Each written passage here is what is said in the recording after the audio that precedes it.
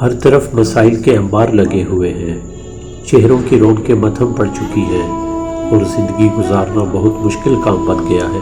دفتر، دکان، کاروبار، ملکی حالات، اخراجات اور ذمہ داریاں سب پریشانی کا سبب بنی پڑی ہیں۔ کوئی خوش نہیں اور نہ ہی کوئی راضی۔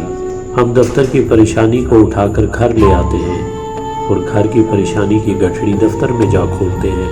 ہر کوئی اپنی پریشانیوں کا دوسروں کو ذمہ دار سمجھتا ہے۔ ہم بھول جاتے ہیں کہ بہت سی پریشانیوں کا سوائے ہنس کے ٹالنے کے کوئی علاج نہیں۔ ہم خود کو ان معاملات میں بھی جواب دہ سمجھتے ہیں جن کا ہم سے پوچھا نہیں جاتا۔ ہم اپنے حالات کو ذمہ دار ٹھہراتے ہیں۔ پریشانی حالات سے نہیں، خیالات سے پیدا ہوتی ہے۔ ہمارے بچے ہمارا مستقبل ہیں اور پریشان رہنے سے ہمارا مستقبل تباہ ہو جاتا ہے۔ والدین کی عمومی رائے یہ ہوتی ہے کہ ہماری پریشانی صرف ہمیں ہی اثر انداز کرتی ہے، لیکن حقیقت بالکل مختلف ہے۔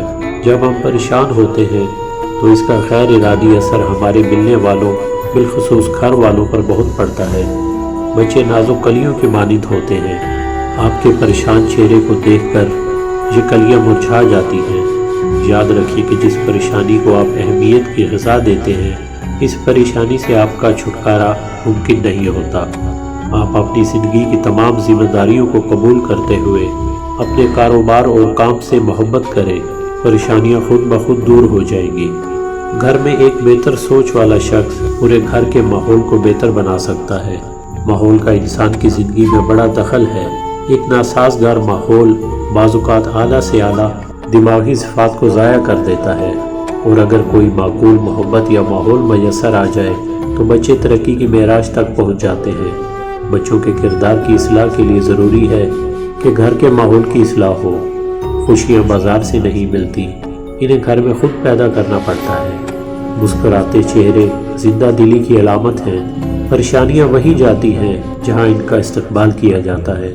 ہر پریشان انسان کو خود پر ترس کھانے کی عادت پڑ جاتی ہے، اور یاد رکھیے کہ صرف کمزور انسان ہی ہمدردی کا متلاشی ہوتا ہے۔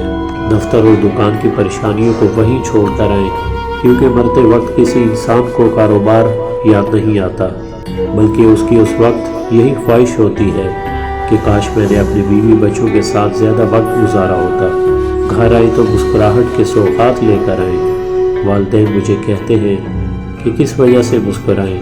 میرا جواب صرف یہی ہوتا ہے کہ میرے پاس مسکرانے کی صرف ایک وجہ ہے کہ مسکراتے رہنا میرے نبی کی سنت ہے۔